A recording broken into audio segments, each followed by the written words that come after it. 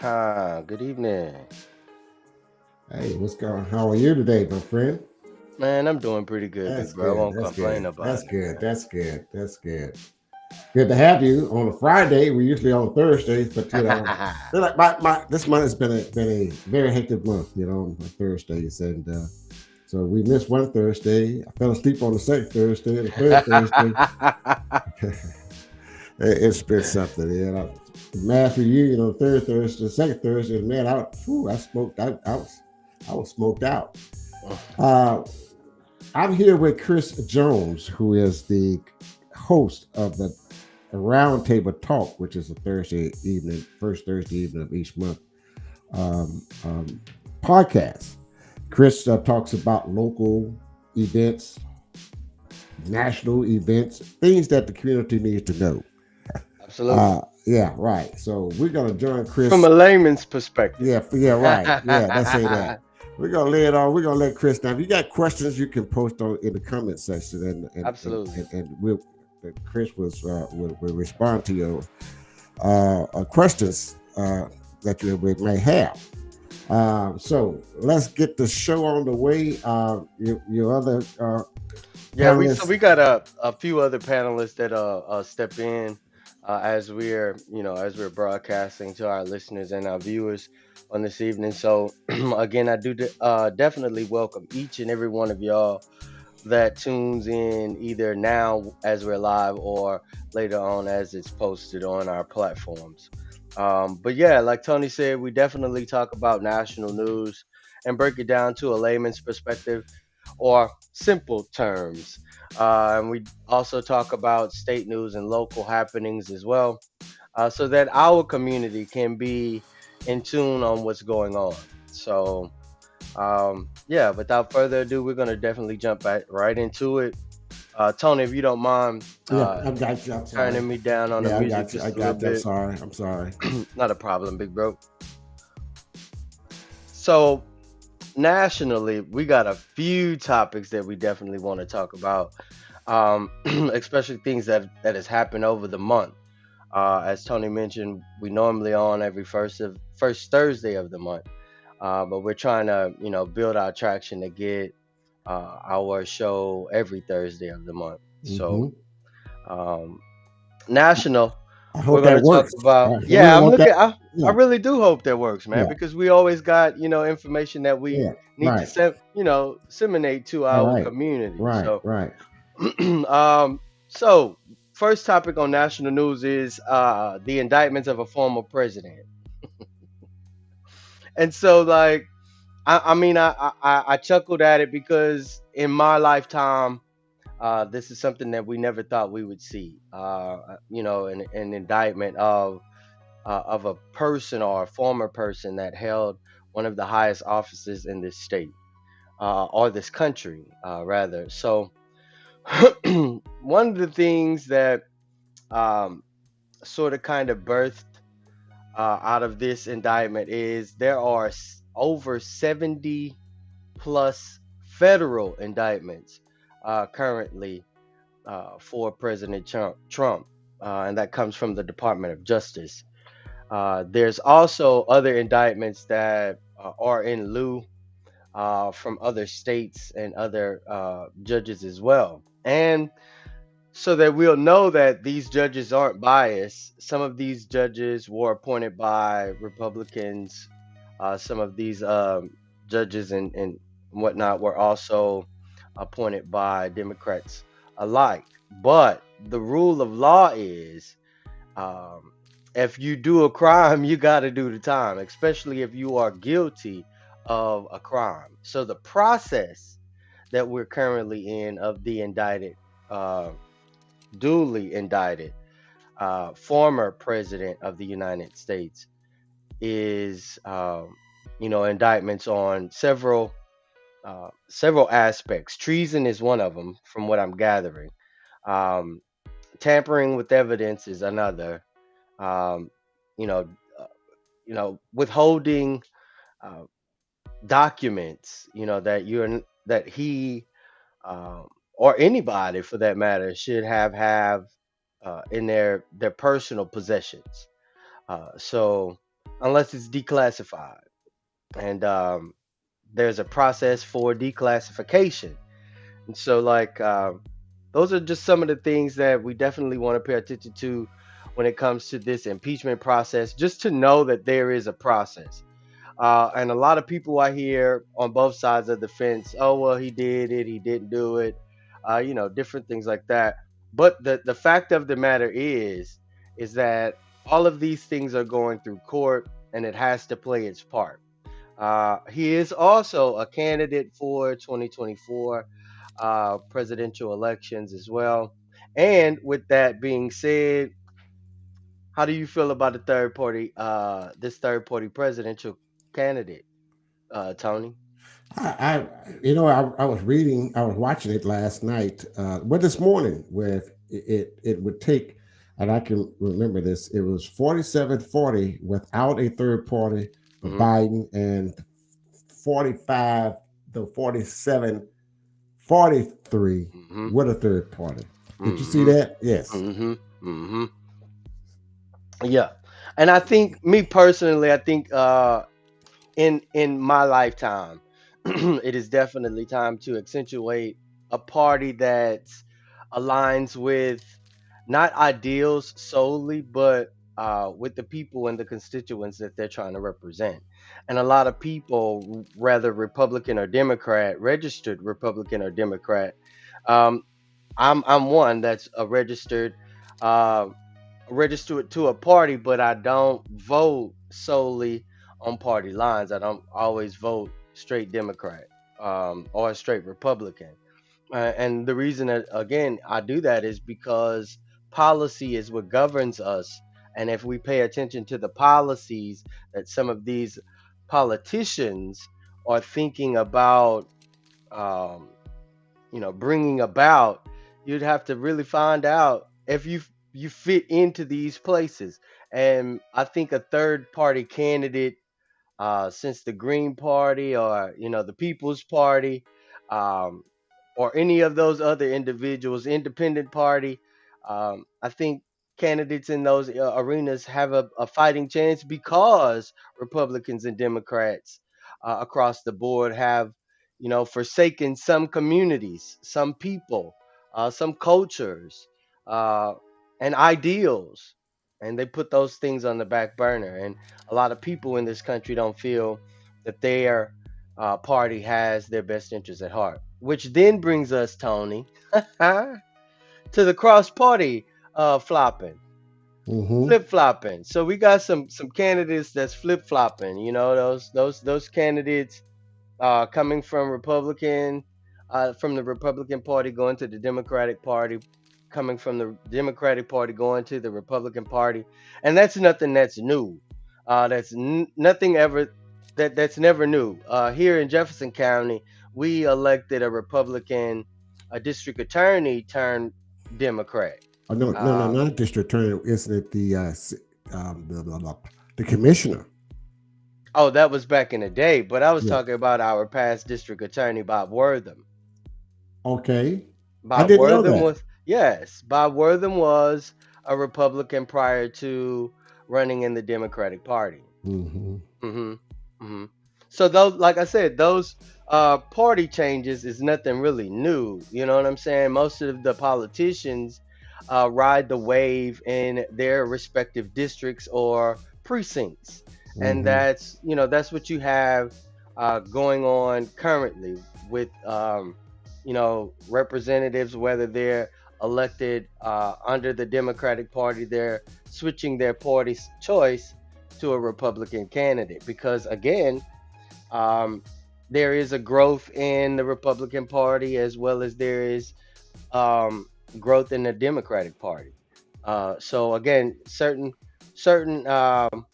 politicians are riding the wave of what they expect the voter turnout to be, especially after redistricting and redrawing lines for particular districts and areas. um, how is AI expected to threaten the Negro community? And I don't really like to say African American. And so if you don't consider yourself to be Negro, I'm not talking about you.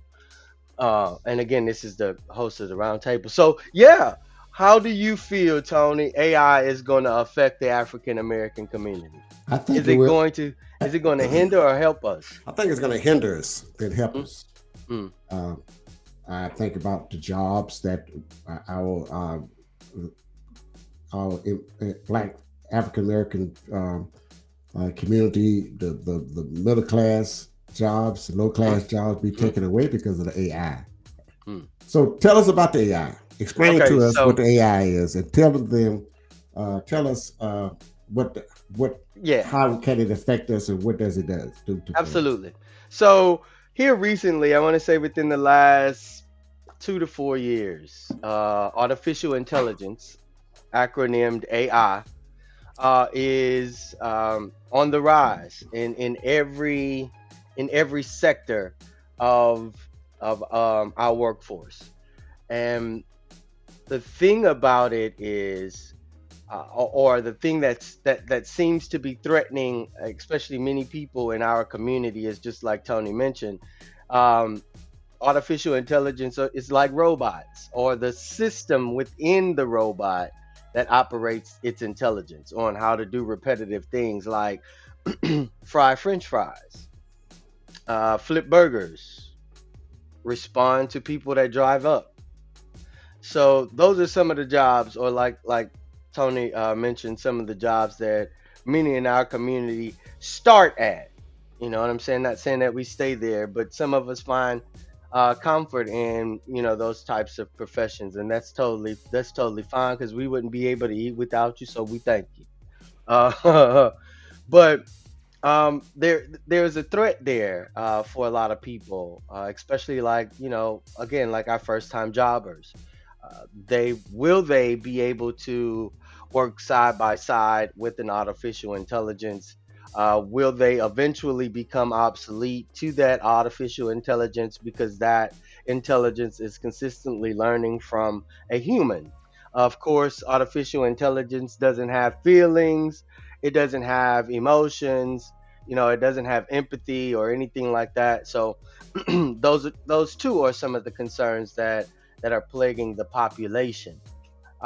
Me personally, I think it's a catch 22. You know what I'm saying? It's gonna be a good thing and it's gonna be a bad thing. And I think if the African American population really wants to get in front of a competitive minority, I think we need to become the employer of that minority. I think we need to become the entrepreneurs that our legacy stems back from, um, especially when our workforce now has, an artificial simulation to it. So I think if we become more cognizant of the needs in our communities or in our workspaces, and grow those economies within our communities, we'll be able to use artificial intelligence for our benefit. From helping us write the grant, to helping us write the business plan, to helping us you know doing all sorts of things. And I know companies, I know governments, um, they've been using artificial intelligence for a while, and like I said, it's it's just becoming something big to the population because again, it's growing, it's learning, and the more it learns, the more profound and it's supposed to be. But again, this is an artificial intelligence. It's going to learn as much as we teach it. So I think it had, like I said, I think it's a catch 22. You have to find a way that it will be conducive for you in today's economy, especially if you are a business owner. What you think? I'm with you. I'm listening. Good. Yeah, yeah. I, So go ahead. go ahead. The next thing I kind of wanted to segue into, especially with artificial intelligence and building commerce in the African American Negro community. How important, or is it not important anymore, Tony? Affirmative action. Repeat that. Is affirmative action important or not? Well, I'm 50-50 on that because the affirmative action makes sure that those who that deserve to get in gets in, not everybody. Did I say that right? I think I got what you're saying. Mm-hmm. It doesn't negate the fact that I'm African American, Negro, or Black, or whatever I identify as. Right. Long as I'm qualified for the job, I should get the job. Exactly. Um, and I totally agree. As an employer, if you can do what it is that's required of the job or this particular project, I'll hire you. But if not, then there's no need, and that's regardless to race, creed, culture, or socioeconomic status. Mm-hmm. But I do believe that even in me or my company having its choice on who to hire, I do believe that there needs to be some type of mechanism that awards us, not mandates us as employers, but awards us to have a diverse employment base, right? Mm-hmm. I think that if you can show to your grantors, investors, stakeholders, and the federal government or the governments that you are diverse in your employment process, um, then I think affirmative action is, isn't for you. But there are still today, and we understand when affirmative action came about. Um, but there are still some mechanism, some entities in place that will not hire a brown skinned person, and it doesn't matter what their education is or requirements are. um it's I mean, just like, you get some doctors, majority here in America now, you see most of your doctors are of a foreign country or immigrant, whether it's, Iranian, Indian, African, Asian. However, and I do believe that a lot of those people got into some of those positions with affirmative action, including the um, the judge Clarence Thomas made his way through society with some of the policies in place of affirmative action, and probably even my mom and some of the other educators that were in our communities, whether they went to an HBCU, the job that they had was given to them not just solely by their qualifications and education level, but they got it because of the implementations of affirmative action. So I just definitely want people to know how that um, plays a role in advancement of Black, Brown, and other people. It may seem in today's society where it's not needed, but I do believe in the next 5 to 10 years we'll be revisiting affirmative action, because either we'll be revisiting affirmative action or we'll end up back into a place of segregation. And a lot of people, me personally, see a lot of segregation happening already. So I just want, you know, entrepreneurs of the Black and Brown community to be aware that um,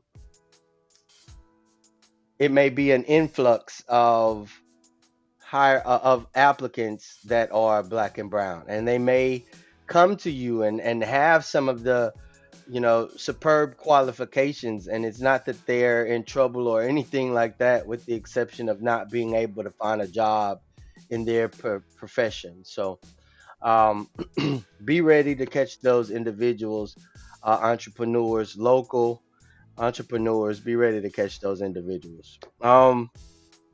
Black job loss. Black job loss, Tony. So this is a segue into black job loss is at 20. I'm sorry, 267,000 out of 300,000 workers lost nationwide jobs. That's nationwide.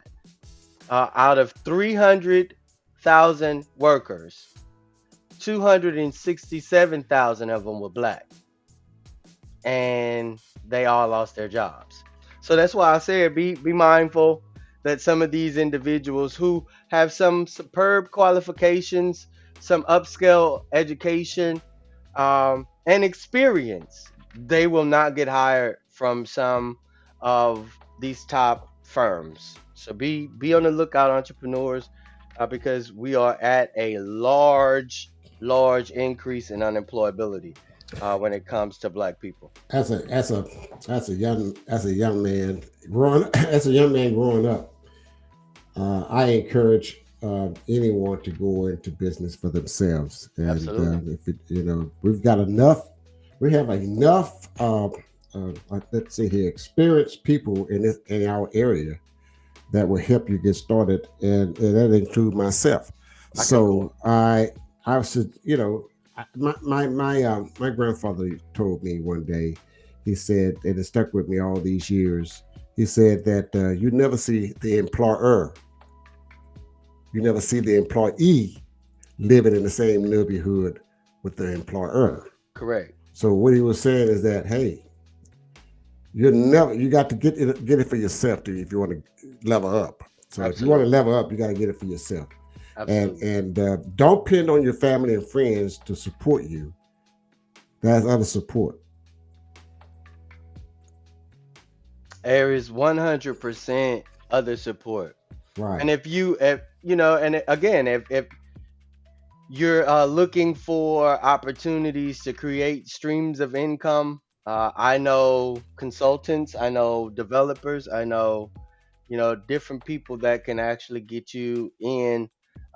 Even if you are an existing entity, um, there are companies all over the Gulf Coast that will be willing to hire. So, or rather, not hire but contract. So, reach out to myself or Tony.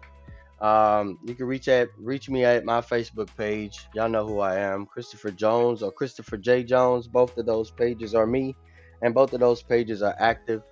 Um, so yeah, reach out to me there. Um, let's segue into something else right fast, Tony. Um, nationwide attention to sickle cell anemia and other illnesses that plague the Black and Brown community. I have been a victim of loss or transition to um, family members who have died from sickle cell anemia. And I do want to raise the attention to our listeners and viewers, Tony, because this plagues the African American community or the Negro community or the Aborigine community or the indigenous community or even the Iranian community, because it affects melanated people. I'll say that. Let's say that, and then that we don't have to put a label on that. Just it affects melanated people globally at a high rate, and this ailment or illness is not studied as frequently or as fervently as Alzheimer's or heart disease or kidney disease or any other disease that has been identified by the global medical community. So I want us as the melanated population to um, start raising attention in our local communities, in our local governments, in our state governments, and as well as our federal governments to start paying attention to something that plagues people, specifically plagues people with melanin, and that's sickle cell anemia. What you think, Tony? I think focusing on other illnesses is detrimental to our sustainability Right, here. right, right. Yeah. So as y'all know, uh, this past month, wait, what month we in? Yeah. We're So in July.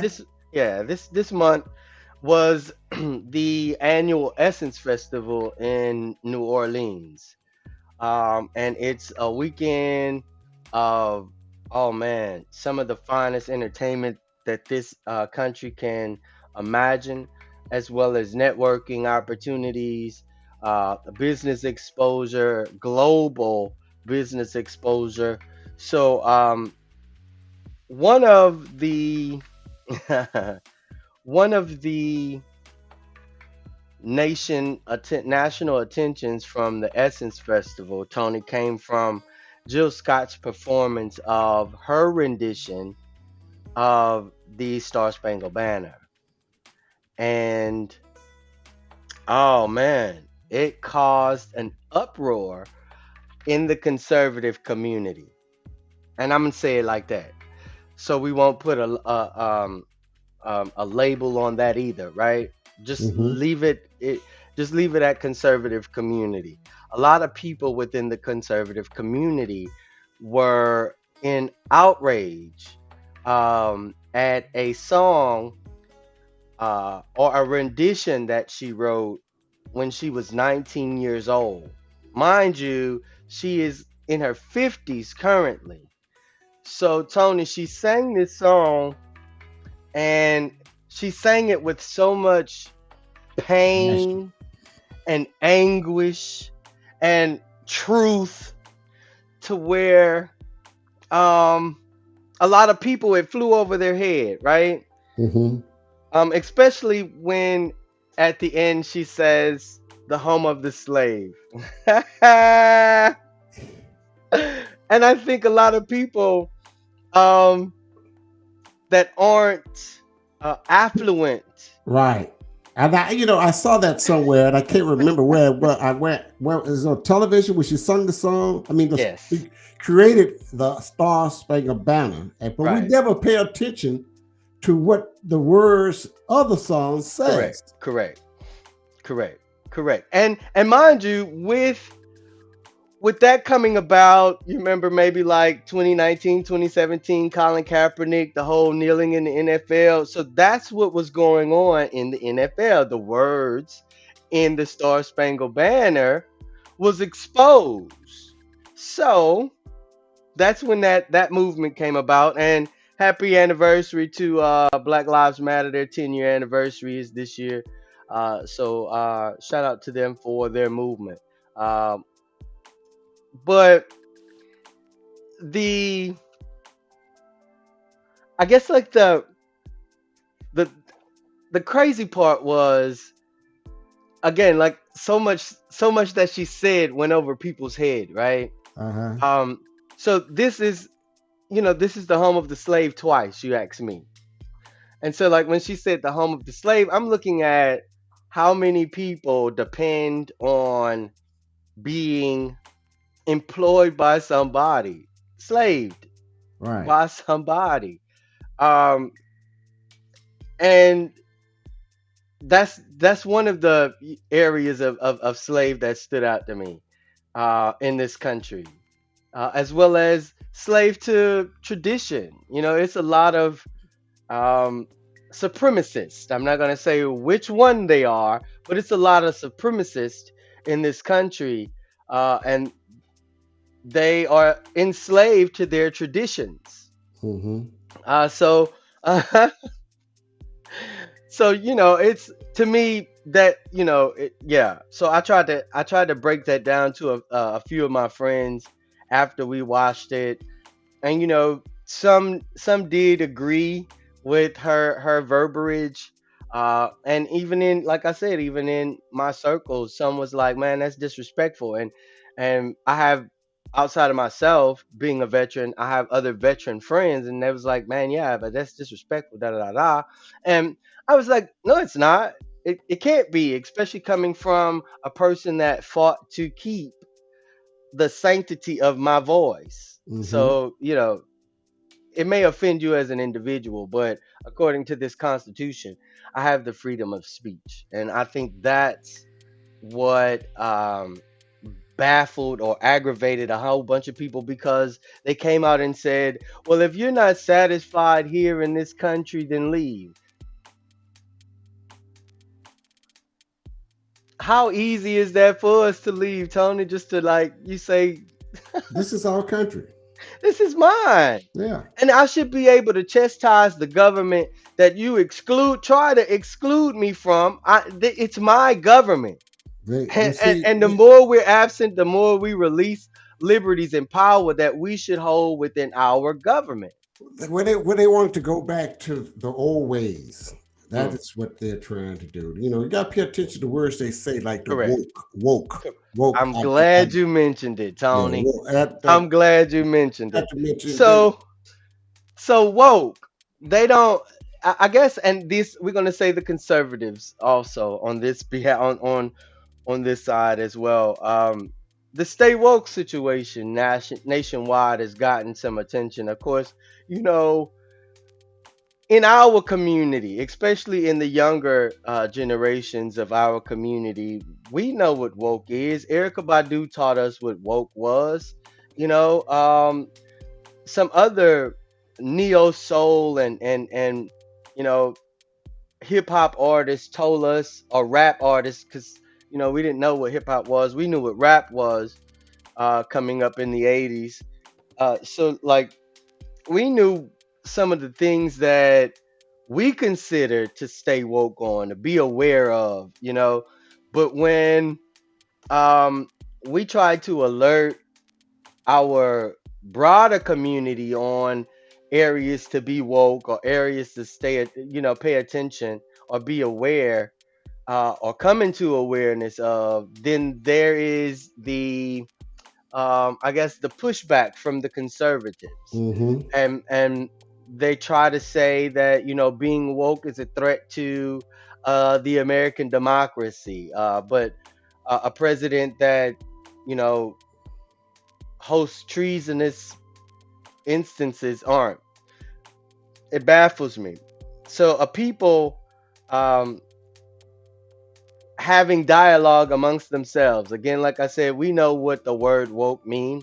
We know what it is. We know, what it all entails. Right. And the outside being that they are not affiliated and or connected to um, those types of cultural differences.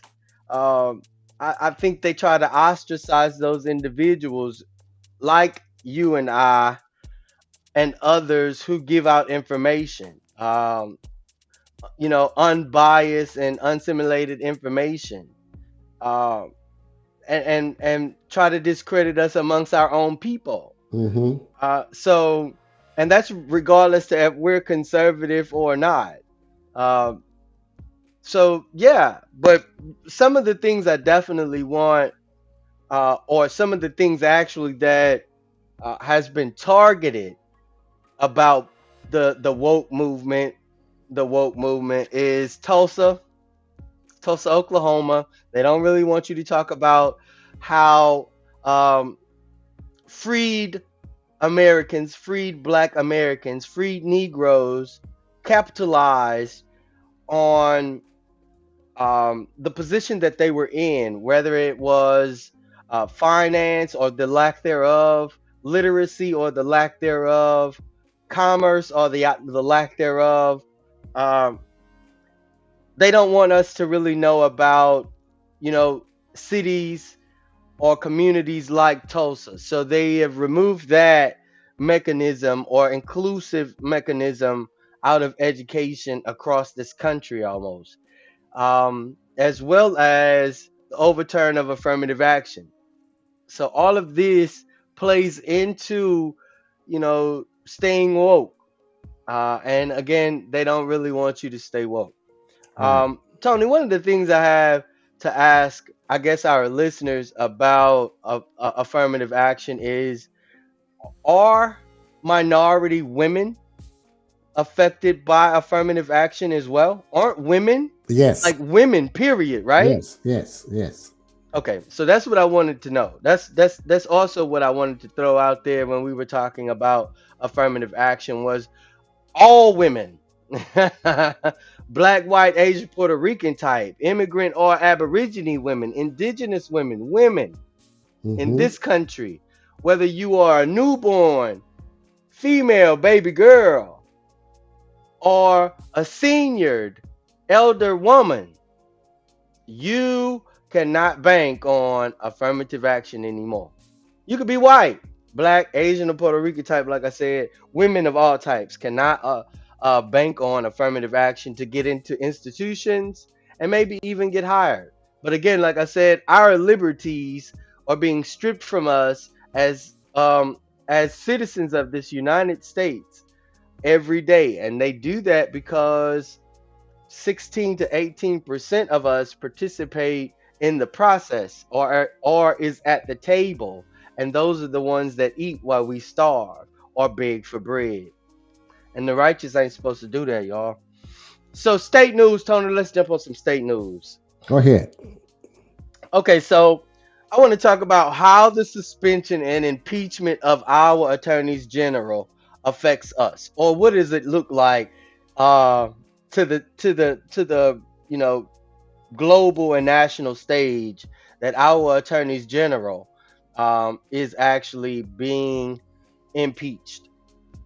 And me for one, I um, I applaud that process, that recall process. Texans, please realize and understand you do not have to undergo the inactivity or misuse of power that your elected official practices.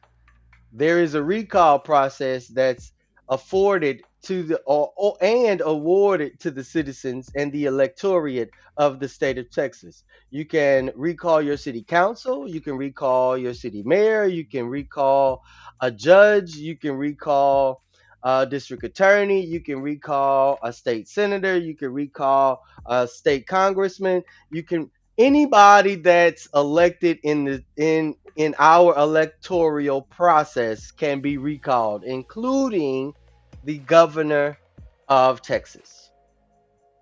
So, how do you feel about this? How do you feel about the impeachment, though? I think I think the impeachment should go forward because there's so much corruption going on in the Texas DA office, Attorney General office, Hmm. for Hmm. many years, and it needs to be clean house. Correct.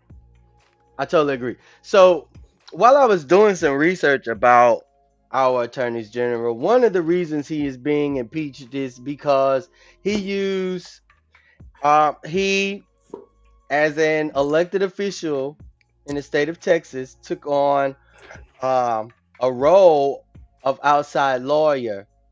Um, could be implications to his impeachment. So I don't know if y'all remember in 2021 when all of the debacle over elections and all of this was going on, and um, nationwide rather by the orange orangutan. I'm sorry, former president Donald Trump. Yeah, so our attorneys general, Texans, our attorneys general took it upon himself to use our money that we pay him to go and represent something that was not in the Texans' interest. That wasn't in our interest at all. So that's one reason why he is said to be going through impeachment. But mind you, this process is set aside to happen maybe a year from now. So he was already being investigated and potentially indicted for some things that happened in the past. And he was running from the running from the law then. And now we got to wait another year to see what this impeachment process is going to be. Well, maybe he'll be home long enough for them to serve him the papers that for the previous indictments or the previous investigations that's been going on. So I totally agree with you, Tony, when you say it is long overdue that we take legal attention or political attention to, or even ethical attention to our attorneys general. And that's just based on what they found. Now, if they dig and dug like most of us do, Tony, they'll find out that not only under this attorneys general, but the previous attorneys general, which is now our governor, there's misappropriations and or questions about or inclinations about misappropriations when it comes to the amount that children were supposed to be awarded in their child support, and the amount that was, I guess, being withheld as the process fee. I don't know. I don't have any kids and I've never been on child support. So I definitely want to dig deeper into that because again, those are nobody ever came forward on that. So that's allegations, right? Um, I just definitely want people to know like our child support and all of that agency is handled through the attorneys general. Um, along with everything else legal that the state has. And the interim attorneys general, I don't too much agree with him either because he's running the office, so to speak, similar to the um, the to be impeached attorneys general. I just again, I want our viewers and listeners to pay attention to these particular things because that affects you in the state of Texas right now. That office affects you right now. Anything that they sign into law affects you right now. Um, so outside of the attorneys general, there's a lawsuit um, that's coming on the state of Texas from a few First Amendment groups, Tony, and they're actually going to be suing the state of Texas, and get this, for the ban of TikTok. Oh, really? Yeah, I didn't know that. yeah, yeah. So the state of Texas has finagled some law, some kind of way, to sort of kind of ban TikTok. And from what I gathered, it should be rather adopted by other agencies like TEA and different things like that. So if your student is found on TikTok, that can be at school on school property.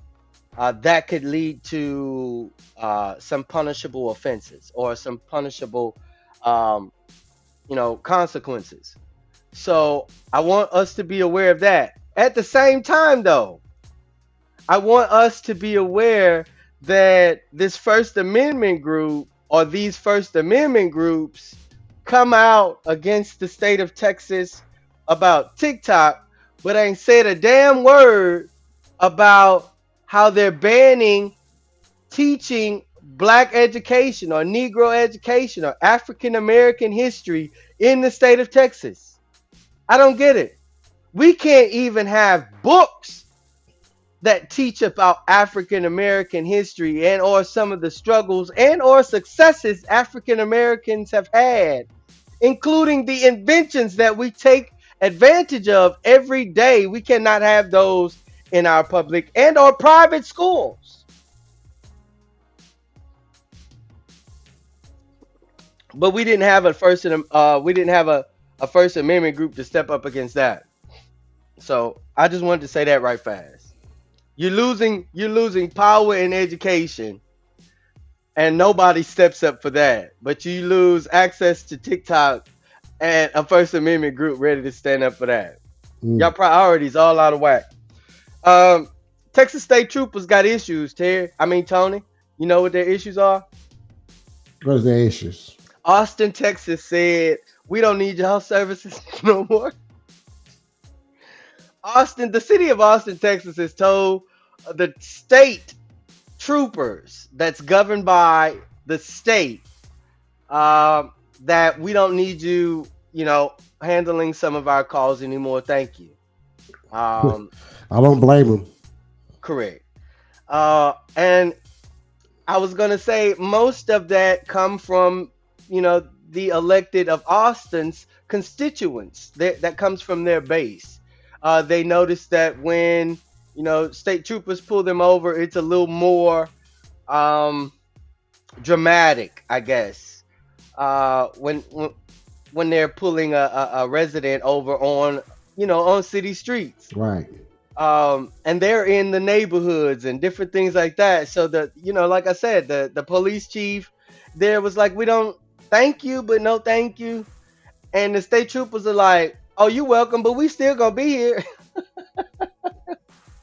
And so they're gonna continue their practices of doing whatever it is that they do in the city of Austin. Now, mind you, the state troopers do have jurisdiction all over the state of Texas, right? And Hmm. that's what our governor alluded to in his statement to Austin's officials. But if you remember that anything you read in your state constitution, it also tells you to refer to your city charter.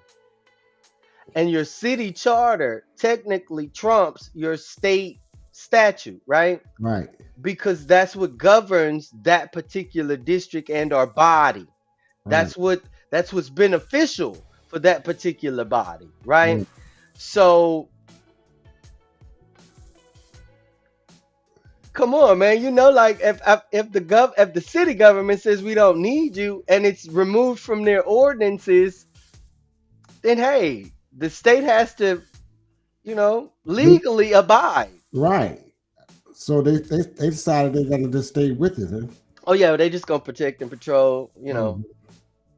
But regardless. didn't the city say they don't need them no The more? city did say that, and I do want the state of Texas residents to know that as taxpayers in the state of Texas, we pay every state trooper's salary. So when the city of Austin was in contract with them, there was payment to that particular office, right? That particular Mm-hmm. district, right? Mm-hmm. So that's like a double dipping in the, you know what I'm saying, in the sauce, man. You done bit the stick and you gonna dip it, you gonna dip it in. No, you don't do that. So yeah, the state troopers, Austin say, we got this, we got this. Go home, go back to the Capitol, go watch what's going on at the Capitol up the street. Might I add, Yeah. it's up the street. Go around the Yeah. corner. You're not Yeah. even supposed to be over here. They go to And the Capitol.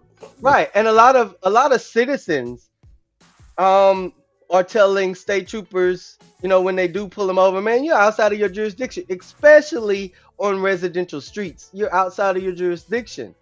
And technically they are, because there is a county sheriff. Yeah.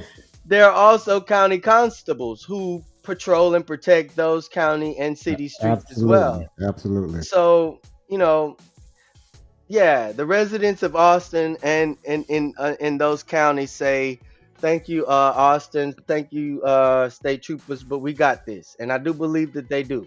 So back up. Let the people handle their stuff. Stop trying to double dip in their bank.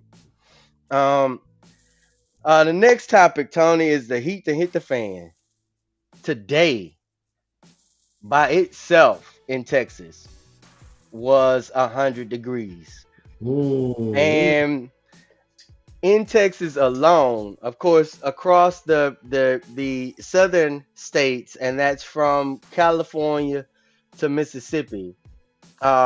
I'm sorry, California to Florida. Um, all have received either record-breaking heat temperatures, Mm-hmm. record-breaking downpour percentages, or record-breaking drought percentages. I want to tell the Lord thank you for the rain that we got today, It because rained. it was hot, man. Yeah, It it rained. rained. It rained between the hours of 3 and 4. Yeah, yeah, Here? yeah. Yeah. It was real quick. It was real Okay. quick, real quick. Um, so the heat is in the heat to hit the fan, y'all. Texas is breaking records when it comes to heat indexes. Um, so with that being said, across the state board, I ask that all of our listeners and viewers, please, please, please stay hydrated, stay hydrated, stay hydrated. If you work in the outdoors, stay hydrated. Wear a long sleeve if you can, because regardless to naysayers, melanin, it burns under long exposure to the sun. Um, so if you can, wear long sleeves. Wear long sleeves. Not to mention that once the sleeves catch your sweat, it sort of kind of keeps you cool too. That's right. Um, And, so and guys yeah, wear undershirts. yeah, yeah, Yeah, keep it dry. yeah. Because uh, and and and if you drink water more frequently than you drink anything else, it wouldn't matter what you wear. You could wear an undershirt, an undergarment. It's not gonna matter. You gonna soak through that. Cause the other day, we had and we're gonna sort of kind of segue into some of our local news, Tone. Okay.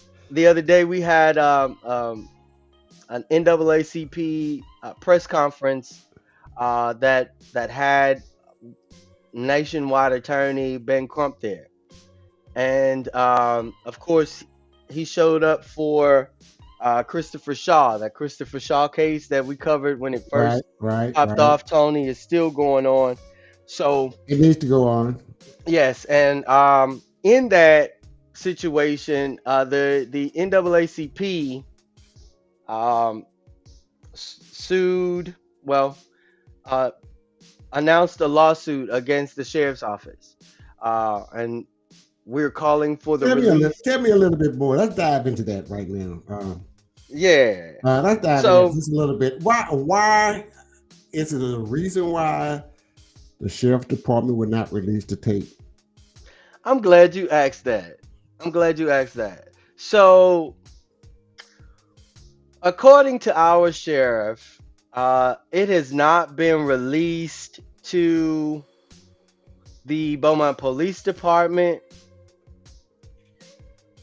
the local news medias, and or the public because one, there is a case against Christopher Shaw currently that implicates him in uh, charges of assault to a peace officer.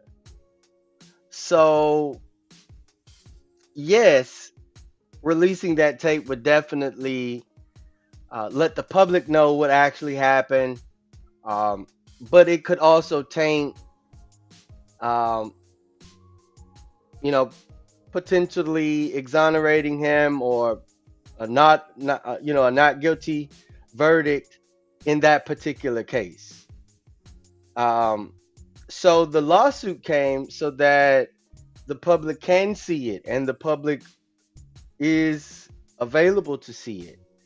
Um, you can make your request to see it um, by appointment. I'm gonna say by appointment. Well, So let me you ask you call your this. when sheriff's office and get that appointment set in there. But she'll definitely show it to anybody that wants to so see it. why when you guys met at the courthouse, Uh huh. in front of the courthouse, and said that y'all want the tape, why did anyone ask and make reservation on appointment to see the tape?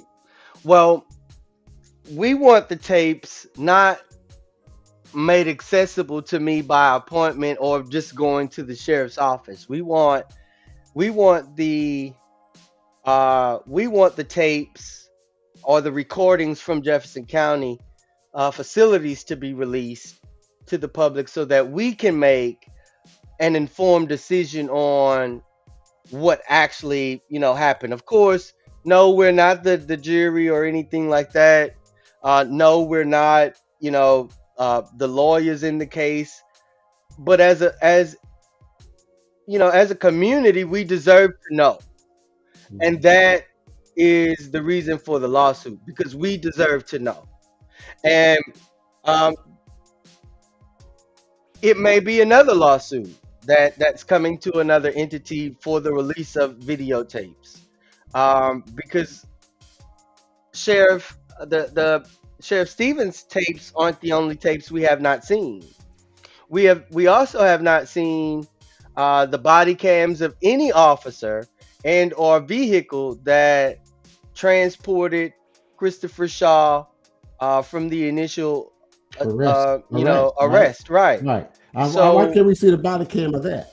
right, and so like from what I'm gathering, uh, there will be, a second request. I'm not going to say a lawsuit yet because it hasn't been brought to my attention as a member of the NAACP that there is one. But I'm not saying that because there isn't one today that there won't be one tomorrow.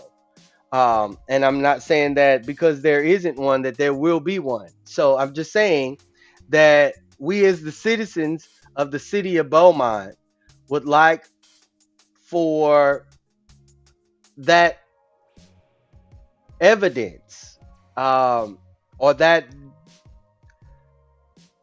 incident to be disclosed to us, um, so that again that we can make an informed decision on what our um, police department should look like from here on. And I'm not talking about uh, race or culture, but I'm talking what it should look like as far as what we would do with officers that go against some of the things that are in writing as well as the oath that you took. Um, so yeah, that's what's going on with that. Um, again, Christopher Shaw is the gentleman that was uh, arrested, taken to Jefferson County facilities. Then something didn't seem right. They didn't allow him to check in. The officer then had to transport him to um, one of the hospitals, local hospitals here, to get medically cleared to be um, incepted into the facility. Went back to um, Jefferson County with Mr. Shaw in custody.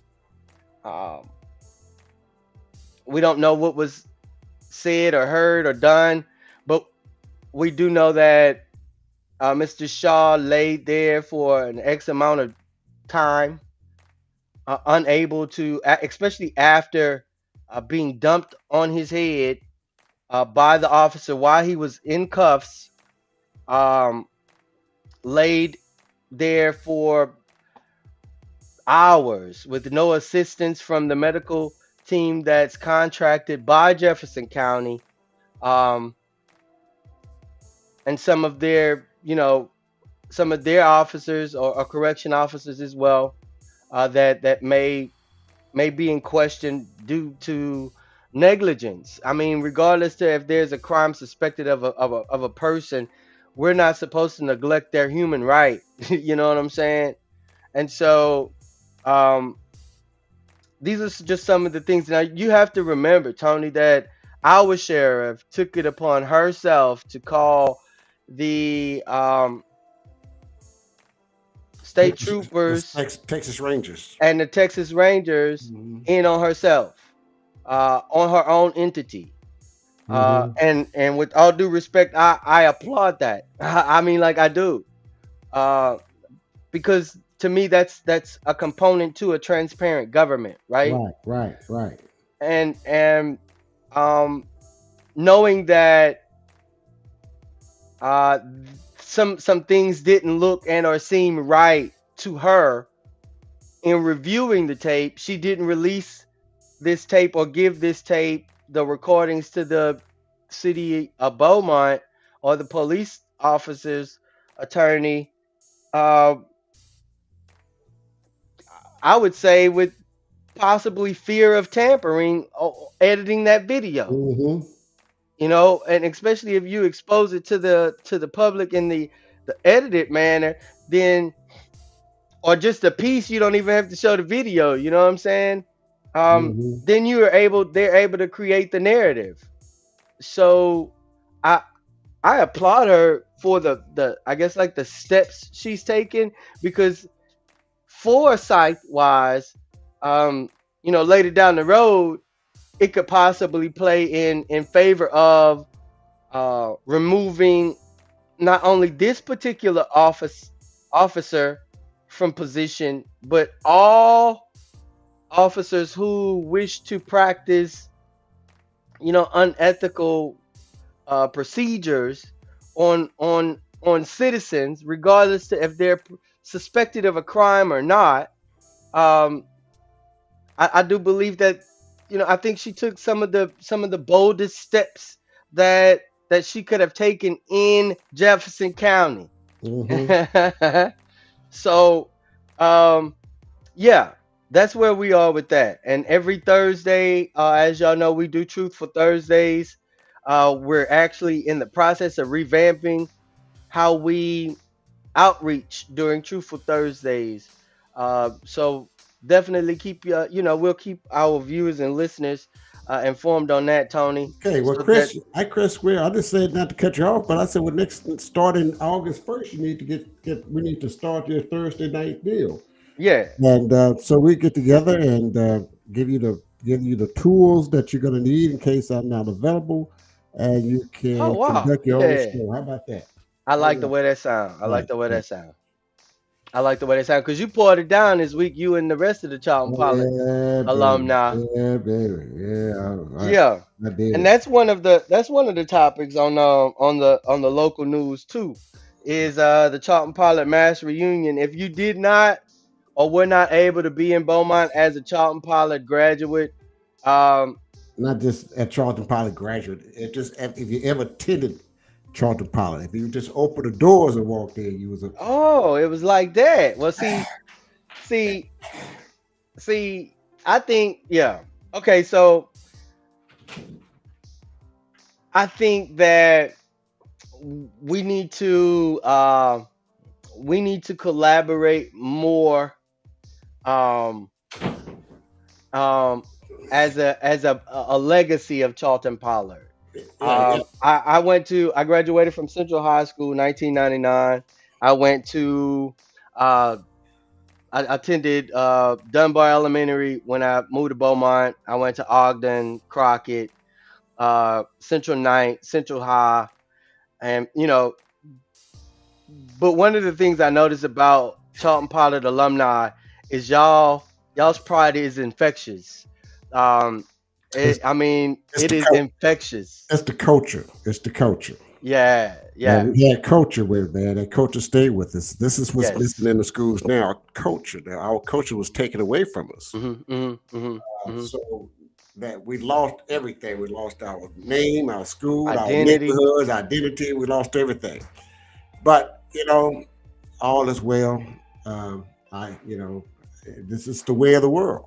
Yeah, you enjoyed yourself. Oh, I did. I had a ball, man. I had a ball. I worked hard. I worked hard. I had a ball. Yeah.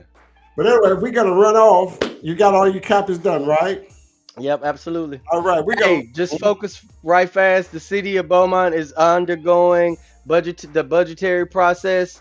So if you are a Beaumont resident not a nonprofit organization. If you are a Beaumont resident and you have some attention that's needed in your particular block, street, community, or overall the city, attend your city council meetings Tuesdays at 1:30. And if you can't attend the city council meeting, send everybody on the dais an email, um, expressing your concerns for what should be implemented in the 2024 city budget.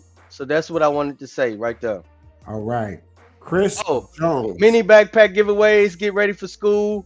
Backpack giveaways all over the city. I would name them, but I'll probably be up here another hour. Community engagement and involvement outreach is coming, especially from all of our schools, especially with school again. School getting ready to kick back in. NAACP membership is on the rise. We appreciate that. We definitely push that out via this channel. Join your local NAACP because it can only be as strong as its members. Again, that's about it. Flooding and preparations for potential evacuations. Get ready for that. Y'all know flash flood happens randomly. If you live in, South Park, South End, North End, we're flooding more frequently than we ever have in the past. So I definitely want you guys to know, if you know of a high place, know where that is and that you can get to it before we start having torrential downpours. It is also said that we're not projected or predicted to have any hurricanes, but here in Southeast Texas, hurricanes is not all we get, but we get heavy rains and floods. So be prepared, y'all. Be prepared. And that's it, Tony. Thank you, Chris. Chris at the Roundtable Talk Show every Thursday starting August on every channel we have. YouTube. Oh, by the way, if you're watching YouTube, hit the subscribe button, tap that red button, give us a hit. And Facebook, YouTube, DND, or just all of them. Okay. All right. Talk to you later. God bless. See you next time, Chris. Have a good one. Okay.